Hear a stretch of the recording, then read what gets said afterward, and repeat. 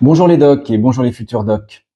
Imaginons une étudiante ou un étudiant en médecine et admettons qu'il ou elle a la fameuse vocation. Alors pas celle de s'oublier et de se sacrifier, mais celle de prendre soin de l'autre dans une relation de soins. Eh bien, il ou elle va devoir suivre les fameuses études de médecine. Des études très longues, très difficiles et éprouvantes. Quelles sont les manières d'être qui vont lui permettre d'endurer ces études de médecine? Il me semble qu'il y a plusieurs possibilités. Et par exemple, prendre du plaisir à étudier et apprendre la médecine. Prendre du plaisir à être dans l'effort ou l'intensité. Ou alors se ressourcer à côté des études de médecine. Être dans l'oubli de soi. Ou se couper de ses émotions pour moins ressentir la souffrance.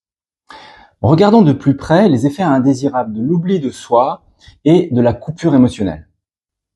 L'oubli de soi diminue la capacité à rester dans l'empathie médicale, car elle fait basculer dans les deux extrêmes que sont soit la coupure émotionnelle, qui est une forme d'anesthésie, soit la contagion émotionnelle, qui fait que on ressent les émotions du patient comme les siennes. Bon, ces deux extrêmes, la contagion et la coupure, augmentent le risque d'épuisement à moyen ou long terme. Et ce risque est d'autant plus important que l'oubli de soi diminue la capacité à s'écouter, à ressentir sa propre souffrance, à ressentir sa limite, et donc à prendre soin de soi.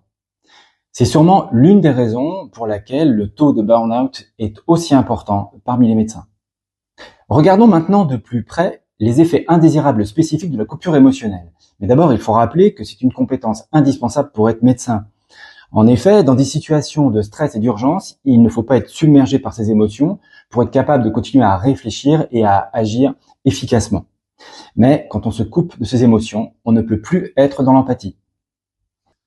Voilà, c'est pour toutes ces raisons que je pense qu'on peut émettre l'hypothèse que les études de médecine telles qu'elles sont conçues peuvent avoir un effet abrasif sur les compétences relationnelles des étudiantes et des étudiants en médecine, et notamment leur capacité d'empathie. Bon, mais alors, vous pourriez me dire, il vaut mieux avoir un médecin efficace mais pas empathique qu'un médecin empathique mais pas efficace.